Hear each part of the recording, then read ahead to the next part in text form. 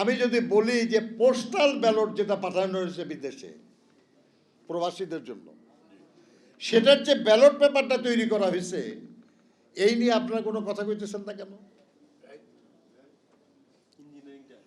বলা হয়েছে যেটা বর্ণাক্রমিকভাবে সাজানো হয়েছে, হ্যাঁ, যে অ্যালফাবেটিক অর্ডার। একেবারে প্রথম লেখা আপেল, আনারস, আপেল, তারপরে আনারস। আমাকে বোঝায় দেন এখন। সরায়া তো ঠিক আছে দুইটাই, আপেলের হলো একার আর আনারসের হলো আকার। আগে না এ আগে? আগে না? আগে তো, তাহলে তো আনারস আগে আসার কথা। আপেলের প আগে না দন্তান্ন আগে? দন্তান্ন আগে তো। তাহলে তো আপেল উপরে থাকার কথা না, থাকার কথা আনারস, নাকি? আরো মজা আছে, তারা কোথাও আরপিওতে বলা নাই যে এই যে আপনি বলা আছে আর কি, যে যত জাতীয় সংসদ নির্বাচনে যত প্রতীক আছে সবগুলির প্রতীক ওই ব্যালট পেপারে থাকবে। কারণ যখন এই ব্যালট পেপার পাঠানো হবে তখন আমাদের দেশে প্রতীক বরাদ্দ হয় নাই। কোন প্রতীক বরাদ্দ হবে ঠিক নাই তো, সেজন্য আগেই পাঠিয়ে দেওয়া হলো, সব প্রতীকই থাকলো। যখন আপনারা জানবেন 21 তারিখে যে এই প্রতীক বরাদ্দ হয়েছে, আপনি যে এলাকায় সে এলাকার যে প্রতীক, ওই প্রতীকে আপনি যেটা পছন্দ করেন ঠিক চিহ্ন দেবেন।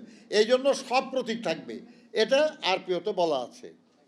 কিন্তু এই সব প্রতীক দিয়ে যে ব্যালট পেপারটা বানাবেন, সেটাতে কয়টা কলাম হবে কিংবা কয়টা লাইন হবে, এই ব্যাপারে তো কিছু বলা নাই, নাই তো কিছু বলা। ওনারা 5টা কলাম করছেন এবং 14টা লাইন করছেন। কইরা যেটা বানাইছেন তাতে প্রথম লাইনে দাড়িপাল্লাও আছে, শাপলা কলিও আছে, হাত পাখাও আছে, আর ধানের শীষ হলো মাঝখানে, যেটা ভাঁজ করলে ভাঁজের মধ্যে পড়ে যায়। বোঝা গেছে? আমরা এটা নিয়ে আলোচনা করলাম নির্বাচন কমিশনে, বলে যে ভাই এগুলো আমরা তো খেয়ালও করি না, এটা অফিসের লোকরা করেছে, এটা এইভাবে হয়েছে, এটা আমরা বুঝতে পারিনি। আচ্ছা ঠিক আছে, এটা বুঝেন নাই আপনি। দাড়ি পাল্লা দয়াকারে দা, দর্শন্দ রয় রস্বইকার, নাকি? হ্যাঁ, আর দালান কি দয়াকারে দা লয়াকারে লা দন্তান্ন, তাই না? তা আপনি দালান আগে হবে না দাড়ি পাল্লা আগে হবে? হ্যাঁ, দালান হবে তো। দাড়ি পাল্লার রস্বইকার হলো ই, আর দালানের আকার হলো আ। আ তো আগে, ইর আগে আগে আ না, আর রর আগে ল না। আপনি অ্যালফাবেটিক্যাল দেখেন। দালানকে নিচে দিয়ে দাড়িপাল্লা প্রথম লাইনে দিলেন কেন বলেন? মানে 5 কলাম 14 লাইন করেও উপরে ফিট করা যায় নাই, দালানের নিচে নামায় ওটা উপরে ফিট করা হইলো। এগুলেন কি মনে করেন এমনি এমনি হয়েছে নাকি? আমি দিয়ে গেলাম আর একটা বানায় যে আপনি 13 না করে যদি 14 লাইন করেন, 14 লাইন না করে যদি 15 লাইন করেন, তাহলে কি হয়? তাহলে দেখা যায় 3য় লাইনে ধানের শীষ,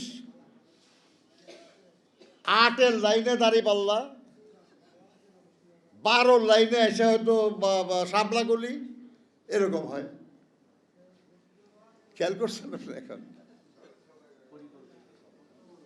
কিন্তু এই ব্যাপারে আমাদের এই বিদ্বান লোকদের তাদের কোনো মতামত নাই, এই ব্যাপারে তারা কিছু কয় না।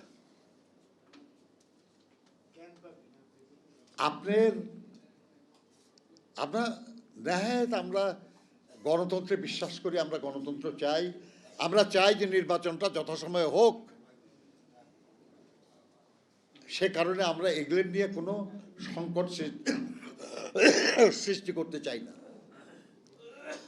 নাহলে বেশ কিছু বিষয় আছে যেগুলো নিয়ে আমরা জেনুইনলি প্রশ্ন তুলতে পারি, কিন্তু আমরা তুলতেছি না। ঠিক আছে, পাঠায় দিয়েছেন বিদেশে, যেভাবে হয় হোক।